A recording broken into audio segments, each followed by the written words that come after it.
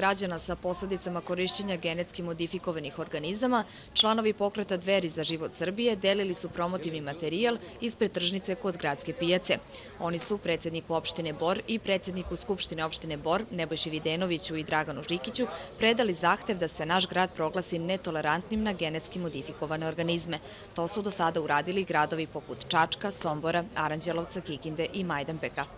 Također smo uputili zahtev predsjedniku opštine i predsjedniku Skupštine opštine da sazovu naučnu konvenciju na kojoj bi se okupili profesionalci, pre svega poljoprivredni tehničari, poljoprivredni inženjeri i medicinski radnici koji bi objasnili uz pomoć naučnih principa zašto je genetski modifikovana hrana opasna za ishranu čoveka. U pokretu Dveri naglašavaju da korišćenjem ovakve hrane dolazi do pojave raznih teških bolesti, ali njihova borba polako utiče na sveopšte buđenje naroda koji se zainteresovao za ovaj problem, pa se u borbu uključuju i druge stranke i razne nevladine organizacije.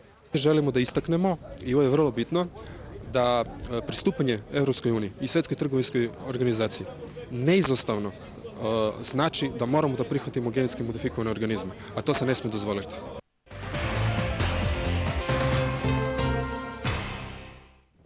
10 planinarskih društava iz istočne Srbije okupilo se u Zlotu kako bi osnovali regionalni